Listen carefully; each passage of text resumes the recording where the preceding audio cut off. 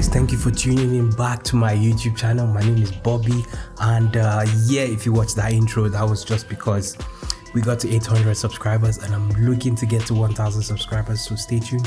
Today's video, I'm just going to talk about a little bit on a new lens that I got, and I don't usually do unboxing videos or product review videos, but this is a very interesting lens that I've been looking forward to get, and I just got it.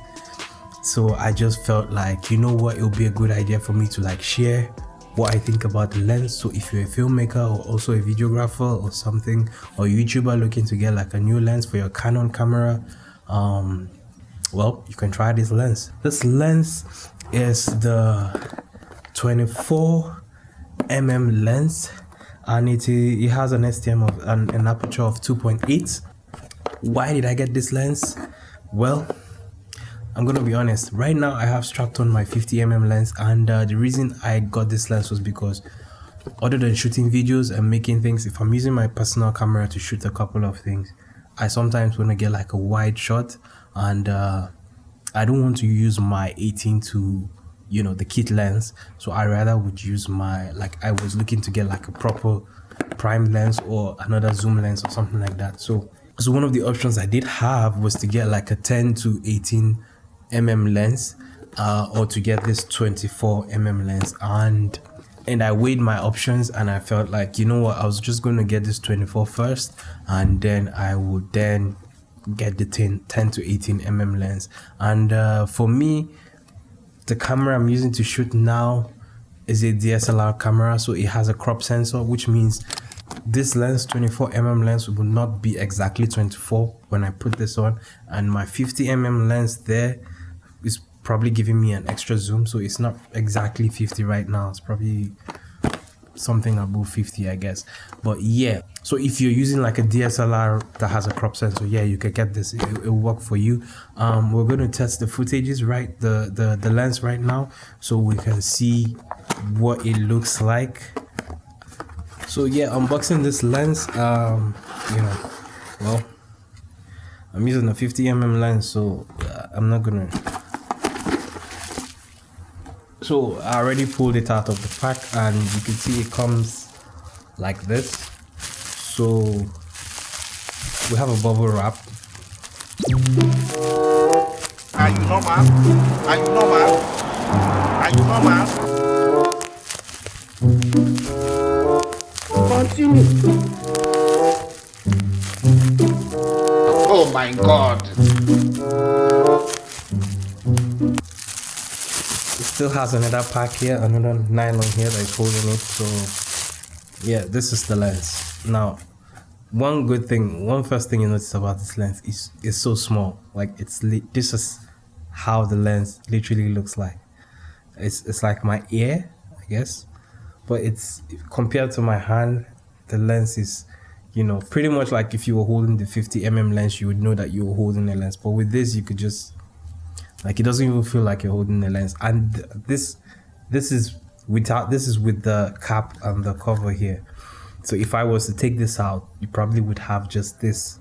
I guess this is why it's called the pancake lens. This lens has an aperture of 2.8, and it has an autofocus and a manual focus button here, so you could, you know, play within those. It doesn't have the built-in those lens stabilizers like the kit lens, but I think there's an option that you can get, and you would have, you know, the stabilizer option there as well. But I picked this because I was not looking to, you know, get the stabilizer one. I guess that was just way above my budget at that time, so I wasn't even looking forward to that. So yeah, we will strap this lens on now, and we're gonna see the difference. Right now I have the 50mm strapped on, so let's strap on the 24mm. So guys, this is what the 24mm lens looks like. It's pretty much wide. You could see my light, you could see everything, and, you know, my workspace, and it's pretty much interesting because I like this. This is almost like, you know, the 18, but one spectacular thing about this is that its aperture, and then the fact that you get clean and crisp images just with this. But this is so much setup, so we're going to fix that up right now. And we're back, guys. Everything's sorted out. So now you can't see my light so much, but you can still see the much room I have with this lens. You can see my posters at the back. Now, another thing about this lens compared to the 50mm lens, the 50mm lens gives you an aperture of about 1.8, right? Now, the main difference you'll notice is that on the previous footage where I was using the 50mm, you had this like proper blur. There was a lot of blur at the background. Compared to this, there's a little blur, not so much blur, but I do not mind that because the purpose of me getting this lens was to also, you know, work with wide shots and all of that. This is pretty much an interesting lens. I love it. If you ask me, I think that if you are looking to get like a wide lens, if you have a DSLR camera like me, and you're looking to get a new lens, you can try the 24mm. I guarantee you would, you know, it's good money. It's pretty much within $150 to $200. It's pretty much good money, guys. Pretty much good money. And I won't take changing camera. Rather, I look forward to adding a new camera, which would be the Canon EOS R. And I love Canon products. Now, Canon did not sponsor me to make this video. I hope they see this video, or I hope they get to sponsor me or something. But yeah, I don't know, whatever happens. But yeah, I'm gonna get a new camera, which is the Canon EOS R, and I'm looking to see how this lens would play on that. Although I know the Canon EOS R already comes with like you can get it with like the 24 to 70, which pretty much covers just two lenses. But regardless of that, it's still good to have prime lens that works with this DSLR camera. And for this shot, I think you can get a lot of things with this shot. I've used my kit lens to do a lot of things, and this is exceptional. This is proper exceptional. You can still get a lot of things with this particular lens, and I love it. I love it. I just love the way the frame changed from you could just see here to here, but now there's a lot of headroom. There's a lot of, you know, you could see everything in the background. It's pretty much a neat lens, and I would recommend it. I'm gonna leave a link in the description if you're looking to get the lens. This is what my 50mm looks like. It's a nice lens too. I love it.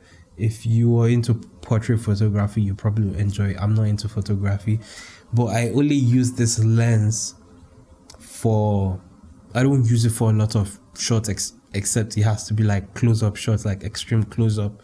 Reason being that it's strapped to this DSLR camera, which already has a crop sensor, so it's gonna crop part of the 50mm. So you're not getting 50mm, you're getting more than 50mm. So I would use it for extreme close-up shots, not for wide shots. And another thing is, if you're going to do like a handheld footage or a handheld scene where you have to use your hand to move the camera, I would not recommend this lens, because you would see the minor shakes you make with this.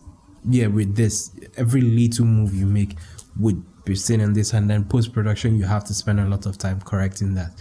Compared to the 24, there's shakes, depending on how you handle it, but in post you don't spend that much time trying to correct it. It's pretty much straightforward to correct it and all of that. But yeah, I would definitely recommend this 24mm lens to anyone looking to buy a new lens for their DSLR camera.